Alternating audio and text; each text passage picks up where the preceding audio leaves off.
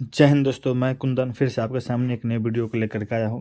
और आज का जो हमारा टॉपिक है वो है हिंदी के गद्यखंड। जो कि हमारे बिहार बोर्ड में क्या होता है कि गद्य जो खंड से जो व्याख्या पूछा जाता है वो 4 पूछा जाता है, 2 गद्यखंड से और 2 पद्यखंड से। तो आज हम गद्यखंड के जो इम्पोर्टेंट व्याख्या टॉपिक है उसको लेकर चलेंगे। अगर आप लोग इसको अंत तक देखिएगा तो ज़रूर है कि आपको जो 8 नंबर है, जो 2 प्रश्न पूछे जाते हैं गद्यखंड से, उसमें आपको कोई भी दिक्कत नहीं होगी।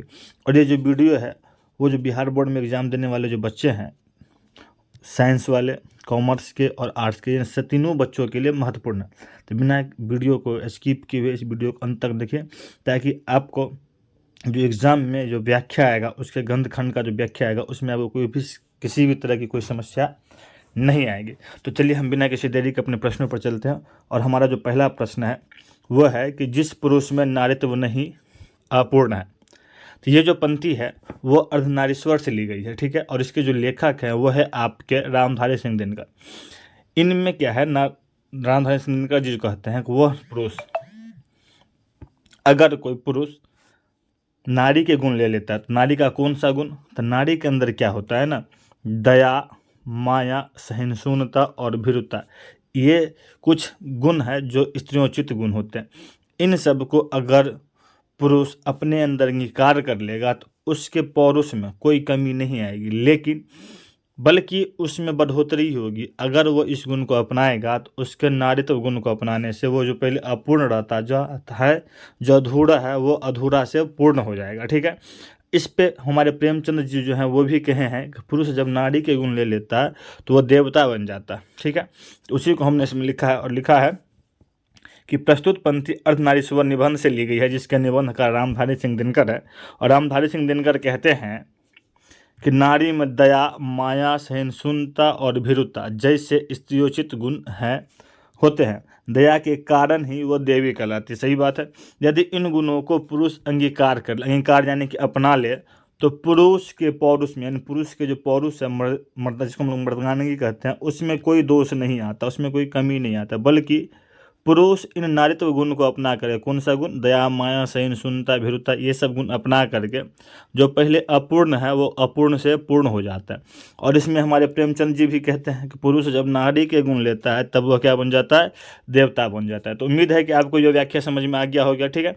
अब चलते हैं हम दूसरे व्याख्या की तरफ, और हमारा जो दूसरा व्याख्या है वही है कि प्रत्येक पत्नी अपने पति को बहुत कुछ उसी दृष्टि से देखती है जिस दृष्टि से लता अपने वृक्ष को देखती है, ठीक है। तो ये भी जो आपका व्याख्या है पंक्ति, ये भी आपका अर्धनारीश्वर से लिया गया है, और इसके जो लेखक है, निबंधकार हैं, वो है आपके रामधारी सिंह दिनकर जी। तो इस पंक्ति में भी कभी क्या कहना चाहते हैं, तो प्रस्तुत पंक्ति के माध्यम से कभी यह कहना चाहते हैं कि जिस तरह से देखिएगा वृक्ष के ऊपर ना अलग अलग लताएँ आ जाती है, और वो लताएँ उसी वृक्ष के अधीन हो करके अपना फलती फूलती है, अपना वृद्धि करती है, ठीक उसी प्रकार से पत्नी भी क्या है, पुरुष के अधीन रह करके फलती फूलती है। वह जो होती है ना, पुरुष के अधीन मान लेती है। कौन? नारी अपने आप को पुरुष के अधीन मान लेती है, पराधीन मान लेती है। इसी कारण नारी का जो अस्तित्व है खुद का, वो संकट में पड़ गया। उसके सुख दुख, उसके मान मर्यादा, प्रतिष्ठा और प्रतिष्ठा, यहाँ तक कि जीवन मरण भी पुरुषों की मर्जी पर हो गया। तो वैसे किस तरह से, जिस तरह से वृक्ष की लता वृक्ष के चाहने पर अपनी शाखाएं फैलाती है, ठीक उसी प्रकार से स्त्री भी खुद को पुरुष का अधीन मान ली है, और यह कहने को विवश हो गई है कि अगर पुरुष का अस्तित्व के कारण ही मेरा अस्तित्व, अगर पुरुष का अस्तित्व होगा तब उसका अस्तित्व है, वरना नहीं है। तो वह ऐसा इसलिए हो रहा है कारण कि स्त्री जो है ना वो पुरुषों के अधीन मान ली है खुद ही। इसीलिए पुरुष क्या हो रहा है, उनको न फैलने के लिए उनकी अनुमति की आवश्यकता होता है स्त्रियों को। किनकी अनुमति की? पुरुषों की, ठीक है। यानी कि इसके माध्यम से कह रहा है कि स्त्री अपने आप को अधीन मान लिया, पुरुषों का अधीन, इसीलिए उसका अस्तित्व खुद का संकट में पड़ गया। इसीलिए उनके जीवन का सुख दुख, मान मर्यादा, प्रतिष्ठा सारा कुछ पुरुषों पर निर्भर रहने लगा है, ठीक है। उम्मीद है कि आपको ये टॉपिक समझ में आया होगा। अब चलते हैं अगले टॉपिक पर। अब है कि मृत्यु से कुछ समय पहले स्मृति बहुत साफ हो जाती है, जन्म भर की जन्म भर की घटनाएं एक एक करके सामने आती है, सारे दृश्य के रंग साफ होते हैं, समय की धुंध बिल्कुल इन पर चढ़ जाती है। मतलब कह रहा है कि जब आप हम लोगों के मरने का समय आता है, स्मृति आता है, तो उस समय हमारी स्मृति कुछ पुरानी यादों में चली जाती है। जिन जीवन भर में जितना हमारी घटनाएं था, वो महत्वपूर्ण घटनाएं एक एक करके हमारे आंखों के सामने दृश्य पर दिखती रहती है। तो उसी के बारे में कहते हैं। ये जो टॉपिक है वो है आपका उसने कहा था से, और इसके लेखक जो है वो आपके हैं चंद्रधर शर्मा गुलेरी जी। तो लिखेंगे कि प्रस्तुत पंक्ति उसने कहा था शीर्षक कहानी से ली गई है, जिसके लेखक चंद्रधर शर्मा गुलेरी है। इस पंक्ति के माध्यम से लेखक ने बताने का प्रयास किया है कि मृत्यु के कुछ समय पहले मानव की जो स्मरण शक्ति होती है वो अत्यंत साफ हो जाती है, और ऐसा लहना सिंह के साथ भी हुआ था। जब लहना सिंह मरणासन की हालत में था, मरणासन की स्थिति में था, तब उसे सारी वह स्मृति याद आती है, उसके जीवन की वो सारी घटना याद आती है जो उसके साथ घटित थी। जैसे कि कभी वो बालक के रूप में अपने आप को अमृतसर के बाजार में देखता है, तो कभी वो अपने आप को सूबेदार के यहाँ देखता है। इस तरह से उसके सारा दृश्य उसकी आंखों के सामने चलते रहता है। ठीक है। अब जो मेरा अगला प्रश्न है वो है कि और जब जाओ तो कह देना कि मुझे जो उसने कहा था वो मैंने कर दिया। तो ये जो पंक्ति है ये उसने कहा था कहानी से ली गई है, जिसके लेखक चंद्रधर शर्मा गुलेरी है। देखिए, व्याख्या का सबसे सिंपल सा रूल पहला यही है कि प्रस्तुत पंक्ति से आपको स्टार्ट करना है, और वो किस चैप्टर की कहानी है उसको लिखिए, या जो भी चैप्टर करना है वो, और उसके जो निबंधकार या लेखाकार जो भी हैं उनका नाम लिखिए। उसके बाद आगे का जो वाक्य है उसको शुरुआत करेंगे आंसर। तो हमने इसमें लिखा कि उसने कहा, ये जो पंक्ति है वो उसने कहा था शीर्ष कहानी से ली गई है, और इसके जो लेखक है वो है चंद्रधर शर्मा गुलेरी। अब इसमें क्या है, इसमें कह रहा है कि जब लहना सिंह जो था मरणासन की स्थिति में है और वो वजीरा सिंह की गोद में बैठा था, क्योंकि उस समय उसे शरीर में गोलियां लगी थी। ठीक है। तो ऐसी स्थिति में वो लहना सिंह जो है वजीरा सिंह को कह रहा है कि जब तुम घर जाओगे ना, तो तुम सूबेदारनी से कहना कि लहना सिंह को जो तुमने कहा था, क्या कहा था, तो सूबेदारनी ने उनसे वचन लिया था कि तुम युद्ध में मेरे पति और मेरे पुत्र उस दोनों की रक्षा करना, और इस बात का पता उन दोनों को नहीं चलने देना।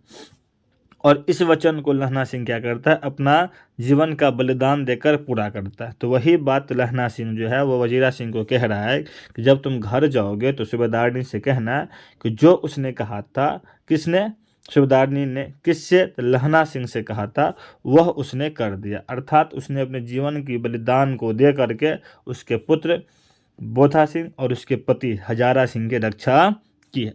ठीक है। अब आप लोग समझ गएगा, और इसको आप लिखिएगा किस तरह से, तो वो भी मैंने यहाँ पर लिख दिया है, आप इसको देख सकते हैं। ठीक है। चलिए अब अगले प्रश्न पर चलते हैं। अगला प्रश्न हमारा है कि हम तो अपने समय की उपज हैं, आवश्यकता की उपज है। तो ये जो पंक्ति है वो आपका एक लेख और एक पत्र से है, जिसे किसने लिखा है, भगत सिंह ने। किसको, तो सुखदेव को लिख रहा था। तो उसमें वो कह रहा था कि जब भगत सिंह के समय में क्या था कि अंग्रेजों के हम गुलाम थे, तो उस समय आवश्यकता थी क्रांतियों की, क्रांतिकारियों की। तो इसीलिए भगत सिंह कह रहा है कि हम तो समय की आवश्यकता की उपज हैं, क्योंकि उस समय की आवश्यकता थी एक क्रांतिकारियों की जो देश को आज़ादी दिला सके। तो वही उसमें ये कह रहा है कि हम तो केवल यहाँ पे लिखा हुआ है, अब मिस्टेक हो गया, आप इसको लिख लीजिएगा, हम तो अपने समय की आवश्यकता की उपज है। ठीक है। हमने समय की पुकार को समझा, क्योंकि उसमें पुकार ही वही था कि क्रांतिकारी देश को चाहिए जो देश को अंग्रेजों की गुलामी से आज़ाद दिलवा सके। तो उसी पुकार को उन्होंने समझा और उसमें सहयोग दिया, जो वातावरण को बदलने में काफ़ी सहायक हुआ। ठीक है, सिद्ध हुआ। परंतु ऐसा उनका कहना था, फिर भगत सिंह का, कि ऐसा नहीं था कि अगर हम क्रांतिकारी क्षेत्र में नहीं कूदते या क्रांति नहीं करते तो और कोई क्रांतिकारी कार्य नहीं होता, ये नहीं था। लेकिन हाँ, इतना वो जरूर कह रहा है कि हमने इस पुकार को समझा, जो सहयोग दिया, तो कुछ हद तक वातावरण को बदलने में, जो माहौल था उसको बदलने में कुछ सहायक सिद्ध हुआ था। समझ में आ गया बात। चलिए अब आप इसको देख लीजिएगा और नोट कर लीजिएगा किस तरह से हम इसको लिख सकते हैं। ठीक है। अब चलते हैं हम अगले प्रश्न पर। क्या है कि आप सबसे पहले ना, जरूरी ये बात है कि आप उसको समझिए कि आखिर इसमें क्या रहा है। फिर अगर आप समझ जाइएगा तो आप उसको याद करने की जरूरत नहीं पड़ेगा, आप उसे अपने मन से भी लिख सकते हैं। तो इसीलिए, क्योंकि आप लोग 12वीं के छात्र हैं और आपको पता होना चाहिए कि आपकी स्मरण शक्ति ज़्यादा तेज है, सोच की शक्ति ज़्यादा तेज है। तो इसीलिए आप इस प्रश्न को सुनिए, उसके अर्थों को समझिए और खुद से लिखने का प्रयास कीजिए, और फिर जहाँ पर आपको दिखते हो तब आप जो है इसमें से आप देख सकते हैं। ठीक है। चलते हैं फिर अगले प्रश्न पर। अगला प्रश्न हमारा है कि आदमी यथार्थ को जीता ही नहीं, यथार्थ को रचता भी है। ठीक है। इसके जो लेखक हैं वो है मलयज, और ये चैप्टर जो है वो किससे लिया गया है, हंसते हुए मेरा अकेलापन। और हंसते हुए मेरा अकेलापन क्या है? एक डायरी है। तो आप इसको इस तरह से भी लिख सकते हैं कि प्रस्तुत पंक्ति हंसते हुए मेरा अकेलापन डायरी से लिया गया है, जिसके लेखक मलयाजी जी हैं। ठीक है, उसमें क्या कह रहा है कि मनुष्य जब तक जिंदा है तो वो अपनी ज़िंदगी में कुछ ना कुछ करेगा, संघर्ष करेगा और संघर्ष के साथ जिएगा। तो वो संघर्ष ही यथार्थ है। क्यों? क्योंकि जीने के लिए हमेशा संघर्ष करना पड़ता है। वो संघर्ष में जिएगा, और अगर संघर्ष नहीं करेगा उसके जीवन में तो उसके जीवन का कोई महत्व नहीं है। ठीक है, और ये भी है कि जब संघर्ष करता है आदमी तो एक संघर्ष होते ही दूसरे संघर्ष को जन्म दे देती है। यानी कि हमें हमेशा अपने कामों को करते रहना चाहिए, गति में रहना चाहिए। अगर हम जड़ता में गए, जड़ता यानी कि हम रुक गए, हमारा संघर्ष रुक गया, तो हम समझिए कि हमारी मृत्यु पक्की है। यानी कि हम एक तरह से आलसी हो जाएंगे, जीवित रहते हुए भी मृत्यु के समान हो जाएंगे। इसीलिए कहा गया कि आदमी क्या होता है? हमेशा यथार्थ में जीता है। ठीक है, चलिए फिर से कि लेखक लिखेंगे कि प्रस्तुत पंक्ति में लेखक कहना चाहता है कि मनुष्य अपनी ज़िंदगी जीवन में जो भी कुछ करता है, जिन संघर्षों के साथ रहता है, वो यथार्थ है और जीने के लिए हमेशा संघर्ष करना पड़ता है और वो इन संघर्षों में जीतता है। यदि मनुष्य संघर्ष नहीं करेगा तो उसके जीवन का कोई मोल नहीं है। संघर्ष ही संघर्ष को जन्म देती है, और कहा भी गया है गति ही जीवन है, जड़त्व मृत्यु के समान है। यानी कि इस प्रकार आदमी यथार्थ में ही जीतता है और यथार्थ की ही रचना करता है। ठीक है, उम्मीद है कि आप समझ गए होंगे। अगले प्रश्न में चलते हैं। अगला प्रश्न हमारा है 7वां नंबर कि वसुंधरा भोगी मानव और धर्मांध मानव एक ही सिक्के के दो पहलू है। कैसे? तो वसुंधरा भोगी मानव का क्या मतलब? तो वसुंधरा यानी कि मनुष्य के दो पहलू है, एक वसुंधरा भोगी है और एक धर्मांध, यानी कि धर्म में अंधा और एक भोग करने वाला मानव है। ठीक है, जिसको जो चैप्टर है वो जगदीश चंद्र माथुर द्वारा जो लिखा गया ओ सदानीरा है, उससे लिया गया। और ओ सदानीरा में गंडक नदी के बारे में बात किया गया। सब्जेक्टिव तो पूछा जाता है, याद रखिएगा बस। अब है कि इन पंक्ति में क्या कहा गया? इन पंक्ति के माध्यम से लेखक ने मनुष्य की प्रवृत्तियों का वर्णन किया है। मनुष्य जो है बड़ी निर्ममता से, बड़ी कठोरता से धरती के ऊपर अत्याचार कर रहा है। क्यों? कैसे? देखते होगे कि आप लोग, एक तरफ मनुष्य जंगल काट रहा है, पशु पेड़ पक्षियों खेतों आदि को नष्ट कर रहा है, तो दूसरी ओर धर्म में बैठा मानव, धर्म से अंधा जो मानव है, वो गंगा को मैया कर रहा है। ठीक है, अच्छी बात है कि आप गंगा को मैया करें, पर फिर देखिएगा कि वो अपने घर की नाली या कूड़ा करकट या जो भी पूजन सामग्री है वो गंगा नदी में ही प्रवाहित करेगा। तो एक तरफ तो वो पहले गंगा मैया कह रहा है, दूसरी तरफ वो उसको गंदा भी कर रहा है। तो इसीलिए हम कह सकते हैं कि मानव जो है वसुंधरा भोगी भी है और धर्मांध भी है, वो धर्म में अंधा भी है। धर्म में अंधा क्यों है? तो जिसको वो गंगा को मैया मान रहा है तो उस मैया को साफ करने की जिम्मेदारी भी उसकी है, लेकिन वो ऐसा नहीं करके उसमें और गंदगी डाल रहा है, गंदगी प्रवाहित कर रहा है, गंदा कर रहा है। इसीलिए वसुंधरा भोगी मानव और धर्मांध मानव दोनों ही एक सिक्के क्या है? दो पहलू है। ठीक है, उम्मीद है कि आपको समझ में आई होगी। अब है कि सच है, जब तक मनुष्य बोलता नहीं तब तक उसका गुण दोष प्रकट नहीं होता। ये आपका टॉपिक जो है वह है बातचीत से। ठीक है, कैसे? अब इस पंक्ति को हम सार्थकता में आप अपने जीवन में भी देखते होइएगा। क्या है? जब कभी भी कोई व्यक्ति हमारे सामने में चुपचाप खड़ा रहता है तो हम उसके व्यक्तित्व के बारे में, उसके आचरण के बारे में नहीं जान सकते कि वो व्यक्ति का आचरण कैसा है, अच्छा है या बुरा है। लेकिन जब वो हमारे सामने में कुछ बोलता है तो उसके बोलने के शैली से हम समझ जाते हैं कि वो मनुष्य का गुण क्या है, अच्छा है कि बुरा है। तो इसी के बारे में बात किया गया है बातचीत शीर्षक निबंध में, जिसके लेखक हैं बालकृष्ण भट्ट। तो प्रस्तुत पंक्ति में के माध्यम से लेखक कहना चाहते हैं कि बोलने से मनुष्य के रूप का साक्षात्कार होता है। और ये जो कथन है वो किसका है? ये कथन था आपका बेन जॉनसन का, ऑब्जेक्टिव में याद किया होगा। क्यों? क्योंकि बातचीत के दौरान क्या करता है कि मनुष्य अपने दिल की बात को एक दूसरे के सामने प्रकट करता है, और वास्तव में ऐसा ही है, क्योंकि जब मनुष्य बोलता है तब उसका गुण और दोष प्रकट होता है। क्योंकि मौन रहने से अब व्यक्ति के व्यक्तित्व का पता लगाना आसान ही नहीं है, आप पता ही नहीं लगा सकते हैं कि वो उसका आचरण अच्छा है कि बुरा है। ठीक है, उम्मीद है। अब है अगले प्रश्न पर। अब है कि प्रत्येक मनुष्य किसी न किसी के विरोध में खड़ा है और किसी सुरक्षित स्थान पर पहुंचने के लिए प्रतिष्ठा, सम्मान, शक्ति व आराम के लिए निरंतर संघर्ष कर रहा है। सही बात है। ये जो चैप्टर है आपका शिक्षा से है और जिसके लेखक जो है जी बी कृष्णमूर्ति है। ठीक है, इसमें लेखक कहना चाह रहे हैं कि हम लोगों ने एक ऐसे समाज का निर्माण किया है जहाँ प्रत्येक व्यक्ति एक दूसरे का विरोध कर रहा है, जो एक दूसरे का विरोध करते हुए खड़ा है। क्यों? और ये जो दुनिया है वकील, सिपाही और सैनिकों की दुनिया है। ये उन स्त्री पुरुषों की दुनिया है जो प्रतिष्ठा के पीछे दौड़ रहे हैं। सही बात है। आप लोग आज लोग देखिएगा, मान प्रतिष्ठा के पीछे ज़्यादा दौड़ रहा है और उसमें एक दूसरे के साथ संघर्ष कर रहा है उसको पाने के लिए। दूसरी ओर बात कीजिएगा तो वैसा मनुष्य जो साधु है, जो संत है, जो सन्यासी है, जो धर्मगुरु है, वो उसे इस दुनिया में चाहे उस दुनिया में वो प्रतिष्ठा नहीं बल्कि शक्ति और प्रतिष्ठा के चाह रख रहा है कि हमें एक अलग जगह मिलना चाहिए। उसे धन दौलत नहीं चाहिए, लेकिन उसे शक्ति और प्रतिष्ठा के लिए क्या कर रहा है, वो अपनी एक अलग चाह रख रहा है।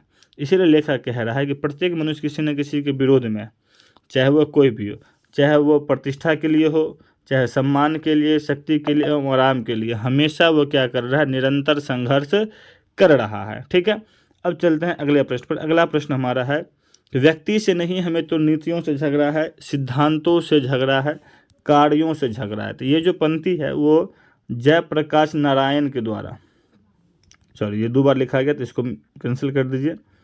प्रस्तुत पंक्ति जो है वो जयप्रकाश नारायण के द्वारा संपूर्ण भाषण क्रांति से लिया गया। भाषण जो उनका दिया गया था संपूर्ण क्रांति, उनसे लिया गया।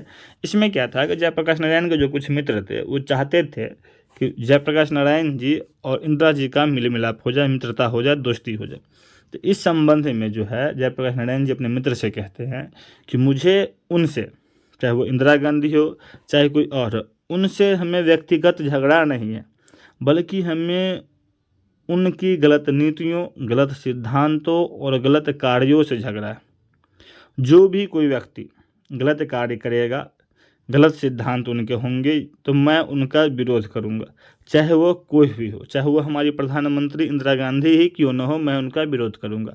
लेकिन उनसे भी मेरा कोई पर्सनली दुश्मनी नहीं है, व्यक्तिगत झगड़ा नहीं है। तो झगड़ा किस बात का है, तो वह है नीतियों का, वो है सिद्धांतों का, वो है कार्यों का।